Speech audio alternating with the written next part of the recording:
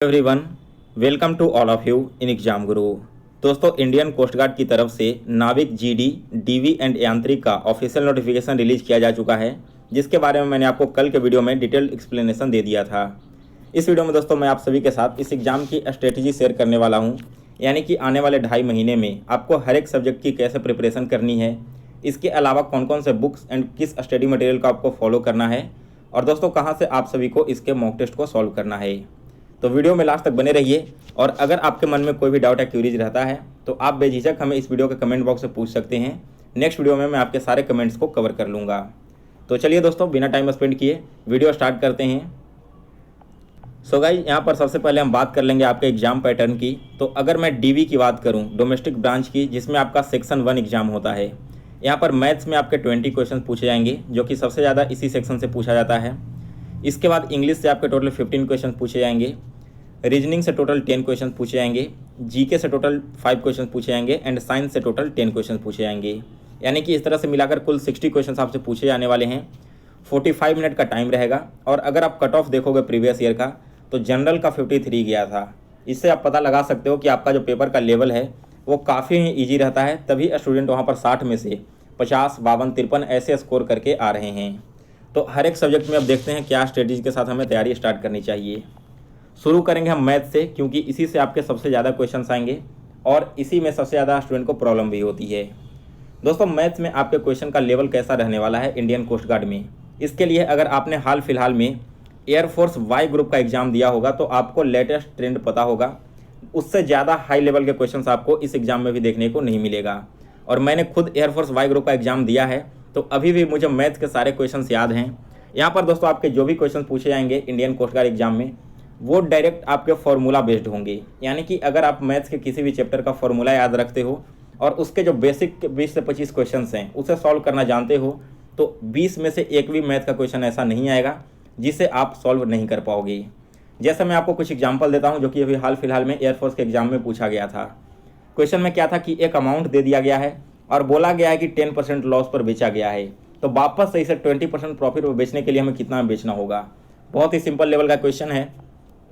इसी तरह से ट्रिग्नोमेट्री का एक क्वेश्चन पूछा गया था, जिसमें आपके ये वाला हाइट दिया गया था और यहाँ पर नीचे वाला आपका जो हाइट है ना, वो पता करना था। यहाँ पर एक एंगल दे दिया गया था, तो इसे भी आप डायरेक्ट फार्मूला यूज कर सकते हो, tan थीटा और प्रिंसिपल बाय बेस का फार्मूला से निकाल सकते हो। इसी तरह से एक और क्वेश्चन यहाँ पर पूछा गया था, जिसमें 2 नंबर का मल्टीप्लीकेशन दिया गया था, एक नंबर का HCF था और दूसरा LCM आपको पता करना था। तो बहुत ही आसान लेवल के क्वेश्चन यहाँ पर आते हैं। आपने अभी तक मैथ की अच्छे से तैयारी नहीं की, इसी वजह से इस सब्जेक्ट में डर लगता है। तो मैथ को कैसे प्रिपेयर करना है, इसके लिए मैं आपको 2 ऑप्शन दे रहा हूँ। पहला ऑप्शन क्या है कि आप खुद से यूट्यूब पर किसी का भी अभी लेक्चर देख लो जो ऑलरेडी अपलोड किया हुआ है, और उसके बाद SSC के जितने भी प्रीवियस ईयर में क्वेश्चंस आए हैं MTS एंड GD लेवल के, वो सारे क्वेश्चंस आप सॉल्व कर लो। ये जो प्रीवियस ईयर का बुक है, इसका PDF लिंक मैंने डिस्क्रिप्शन बॉक्स में दे दिया है, तो आप वहाँ से इसे डाउनलोड कर सकते हो। या फिर दूसरा ऑप्शन यह है दोस्तों कि कल से मैं आपके मैथ की क्लासेस स्टार्ट कर रहा हूँ, जिसमें आपके जितने भी चैप्टर हैं उन सभी चैप्टर से इम्पॉर्टेंट 25 से 30 क्वेश्चंस को सॉल्व करवाऊंगा। और यकीन मानो कि इस 25 से 30 क्वेश्चन से ज़्यादा आपके एग्जाम में नहीं पूछे जाएंगे। अगर आपने केवल इतना कॉन्सेप्ट क्लियर कर लिया तो 100% आप मैथ्स में से 20 में से 17 से 18 क्वेश्चंस डेफिनेटली लेकर आओगे। हो सके तो 20 में से 20 भी लेकर आओगे। यहाँ पर आपको मैं सारी क्लासेस के साथ साथ PDF भी देते रहूँगा रिवीजन करने के लिए डेली बेसिस पे, एंड इसका एक क्विज भी डेली बेसिस पे वेबसाइट पर अपलोड करते रहूँगा, उससे भी आप सभी लोग सॉल्व कर सकते हो। तो ये था आपका मैथ का स्ट्रेटजी। मैंने आपको बुक बता दिया। बेसिक अगर आपका वीक है तो आप RS अग्रवाल बुक को फॉलो कर सकते हो। वैसे मैं यहाँ पर आपको चैप्टर वाइज कंप्लीट करवा दूंगा, तो आपको टेंशन लेने की जरूरत नहीं है। इसके बाद बात कर लेते हैं रीजनिंग की। तो रीजनिंग में भी आपके जो क्वेश्चन आएंगे वो बहुत ही बेसिक लेवल के आते हैं। जैसे यहाँ पर आ गया था यहाँ पर देखो 4 आया था, इसके बाद आपका आया था 16, इसके बाद 24, इस तरह से करके आपके सीरीज चलते हैं, जो कि आपको डायरेक्ट मल्टीप्लाई हो रहे हैं। तो आपको बहुत ज़्यादा हाई लेवल के क्वेश्चन नहीं सॉल्व करने, बस चैप्टर वाइज बेसिक कॉन्सेप्ट को क्लियर कर लो। रीजनिंग के लिए दोस्तों मैं यहाँ पर आपको सजेस्ट करूँगा, कोई भी एक रीजनिंग का बुक परचेज कर लो और मार्केट से, और उसका चैप्टर वाइज पहले सॉल्यूशन करो। ठीक है, चैप्टर वाइज सारे क्वेश्चन को सॉल्व कर लिया, आफ्टर देन आप मिक्स क्वेश्चन का रिवीजन स्टार्ट कर दो। अगर पॉसिबल होगा तो मैं चैनल पर रीजनिंग का आपकी प्रैक्टिस करवाते रहूँगा बीच बीच में। वैसे यहाँ पर मैथ्स एंड GK की क्लास लेने के बाद इतना टाइम नहीं बचेगा कि आपके रीजनिंग और इंग्लिश की क्लासेस भी मैं करवा सकूँ। रीजनिंग के लिए आप कोई भी बुक फॉलो कर सकते हो। RS अग्रवाल की भी बुक आती है रीजनिंग की, या फिर अभी तक एसएससी में जो भी क्वेश्चन पूछे गए हैं चैप्टर वाइज, आप केवल उसे भी सॉल्व कर लोगे तो आपका काम हो जाएगा। नेक्स्ट बात करते हैं आपके जीके एंड साइंस। ठीक है, दोनों को मैं एक ही साथ कवर करता हूँ। जीके में दोस्तों आपने एयरफोर्स का एग्जाम दिया होगा, तो क्वेश्चन कैसे आ रहे थे, जैसे मान लो मैं एक मॉडर्न हिस्ट्री का एग्जाम्पल देकर देखता हूँ। इसमें पूछा गया था कि महात्मा गांधी का पहला सत्याग्रह कहाँ हुआ था, तो सारे लोगों को पता होगा बिहार से स्टार्ट हुआ है। इसी तरह से पूछा गया था कि सुभाष चंद्र बोस से रिलेटेड कोई एक संस्था ऑर्गेनाइजेशन का नाम दे दिया गया और पूछा गया कि इसके संस्थापक कौन थे। फिर इसके बाद आपसे पूछा गया कि 1857 की जो क्रांति हुई थी उस समय गवर्नर जनरल भारत का कौन था। अगर हम वापस से आए मिडिवल हिस्ट्री में, तो यहाँ पर कैसे क्वेश्चन आपसे पूछे गए हैं।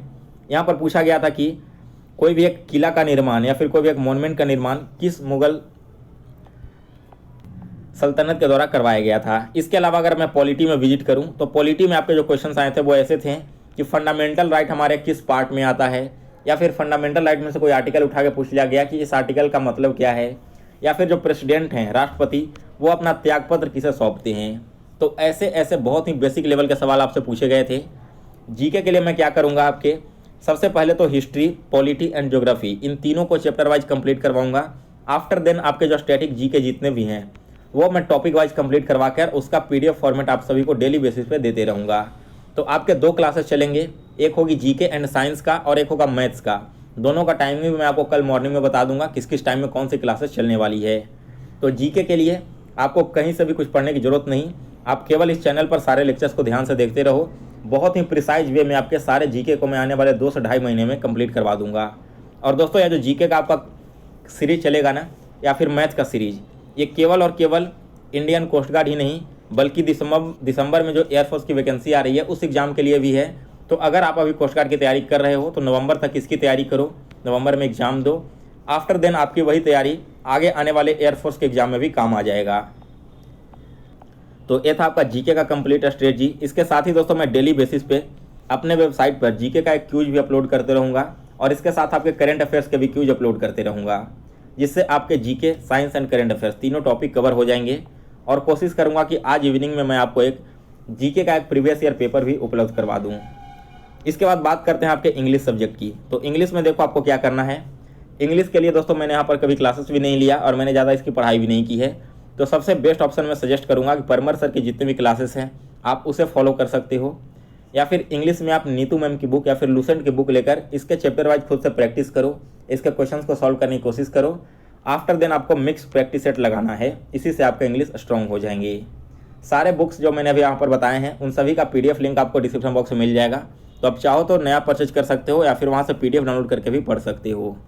इसके अलावा दोस्तों बीच बीच में जो आपके क्लासेस चलेगी, इसी बीच में मैं आपको एक कंप्लीट मॉक टेस्ट करवाते रहूँगा कोस्ट गार्ड डीबी के लिए।